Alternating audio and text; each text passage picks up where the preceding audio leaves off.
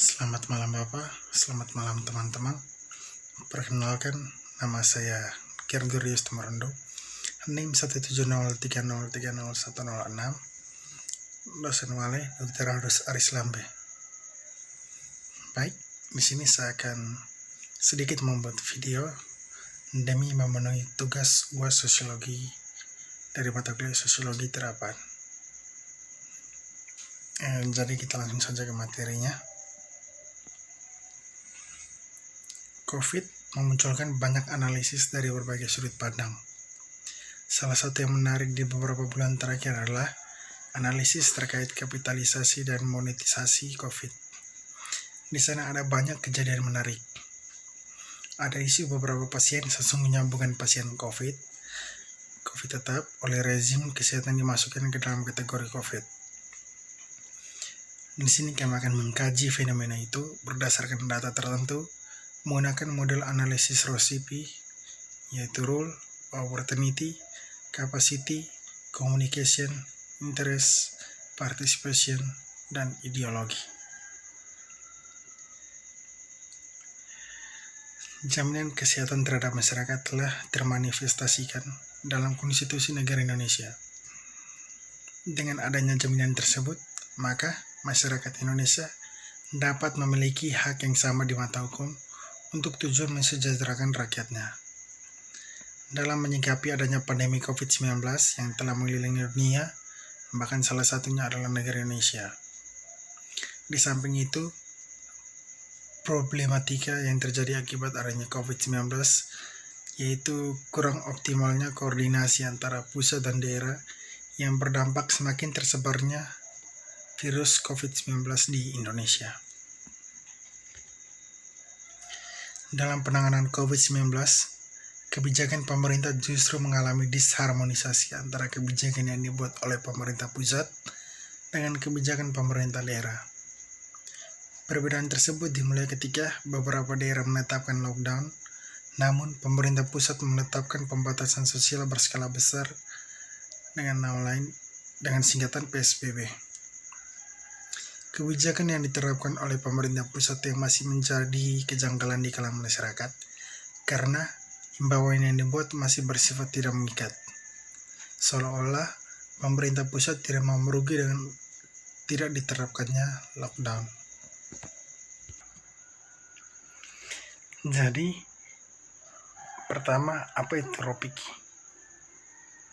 ROCP adalah alat ukur untuk mengidentifikasi masalah sosial yang muncul akibat pemberlakuan peraturan yang dikembangkan oleh Anne, Robert Sidman, dan Nalin Abiseker.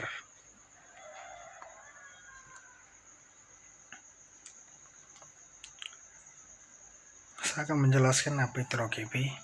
Kepanjangan dari ROCP kita sudah mengetahui, yaitu Role, Opportunity, Communication, Capacity, Interest, Proses, dan Ideologi. Jadi yang pertama kita bahas di sini adalah role. Jadi apa itu role? Role dalam bahasa Indonesia artinya adalah peraturan. Jadi yang dimaksud rule atau peraturan di tengah pandemi COVID-19 yang sedang melanda dunia, termasuk Indonesia ini adalah di mana pemerintah harus lebih cermat lagi dalam membuat peraturan atau lebih memperketat aturan agar virus corona yang dapat muncul dari tanah Indonesia. Peraturan yang dibuat pemerintah masih kurang karena menurut saya pemerintah Indonesia masih menganggap virus corona ini adalah virus yang biasa-biasa saja dibandingkan virus-virus terdahulu yang sangat mematikan. Atau mungkin ada pihak-pihak tertentu yang sengaja bermain dengan peraturan terkait tentang virus ini. Kemudian, langkah pertama yang diambil pemerintah adalah dengan menerapkan PSBB, yaitu pembatasan sosial berskala besar. Namun, menurut saya penerapan PSBB sampai sekarang ini juga belum membuahkan hasil yang memuaskan, di mana kita lihat saja updatean COVID-19 terbaru di negara Indonesia, di mana kasus COVID yang melanda Indonesia terus meningkat dari waktu ke waktu. Bahkan kita lihat saja korban yang terjangkit virus corona bahkan menembus angka 500-an ribu orang. Di sini pemerintah harus lebih menekan dan memperketat tentang aturan agar bisa memutuskan rantai COVID-19 di Indonesia.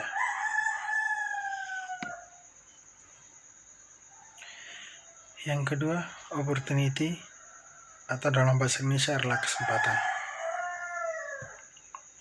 Di sini para kapitalis atau monetisasi menggunakan kesempatan COVID-19 demi meraup keuntungan. Seperti yang kita lihat, negara Indonesia kita sekarang sangat membutuhkan masker, hand sanitizer, dan alat rapid test yang digunakan Indonesia ini diekspor dari negara-negara kapitalis seperti Rusia, Cina, dan negara-negara besar lainnya di Eropa. Di sini mereka, yaitu pihak-pihak tertentu dalam negara Indonesia, menggunakan kesempatan ini dengan sangat lihai, di mana mereka membaca kebutuhan dari masyarakat Indonesia di tengah pandemi virus corona, dan mereka akan melakukan tindakan kapitalis dengan cara menjual bahan-bahan seperti masker, hand sanitizer yang sangat dibutuhkan oleh masyarakat dengan harga yang sangat tinggi atau mahal, sehingga bagi masyarakat kelas menengah ke bawah untuk membelinya saja bahkan tidak bisa untuk membelinya.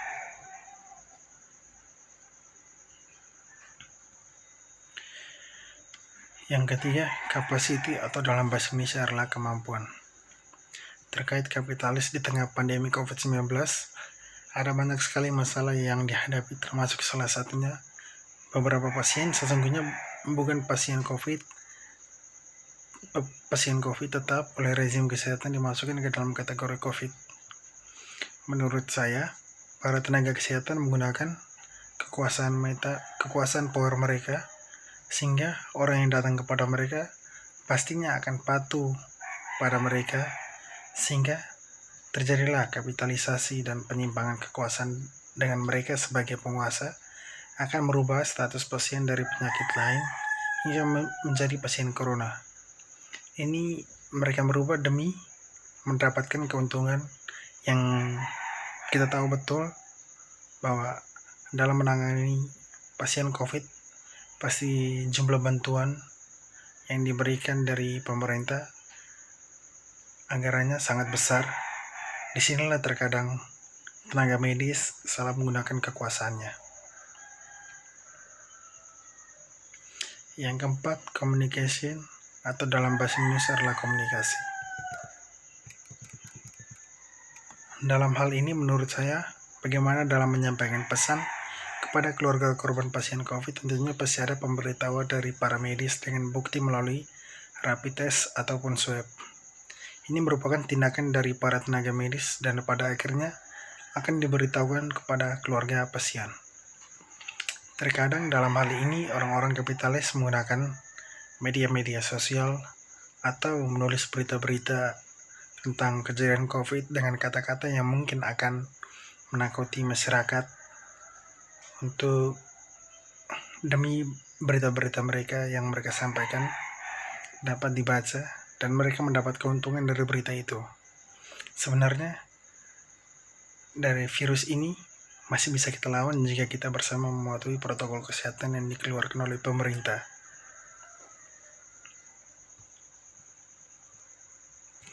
Yang berikut, interest atau dalam bahasa Indonesia adalah kepentingan. Di sini pemerintah membuat kebijakan dengan mengutus para tenaga medis menangani pasien COVID-19 serta masyarakat juga memiliki peran sendiri dalam mengatasi COVID-19 ini.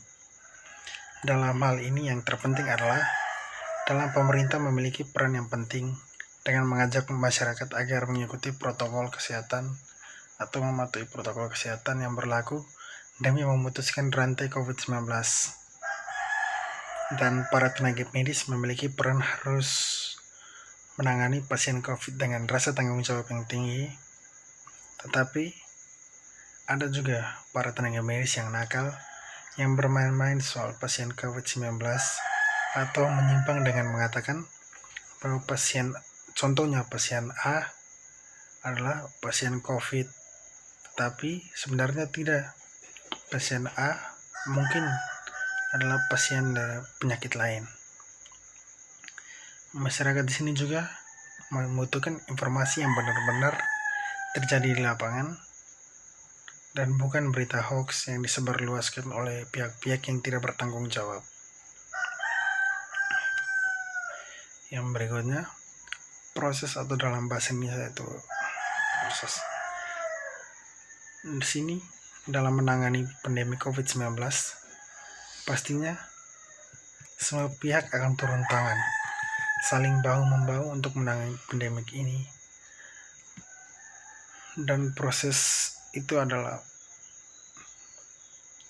masyarakat membutuhkan informasi yang valid yang benar-benar dikeluarkan oleh pihak yang turun langsung ke lapangan, bukan kabar burung atau kabar hoax yang dengan kata-kata mereka akan menakuti masyarakat. Yang berikut, ideologi atau dalam bahasa Indonesia yaitu ideologi. Di sini terkait dengan keadaan yang terjadi sekarang, ada pula oknum-oknum yang mencari popularitas dengan membuat akun YouTube.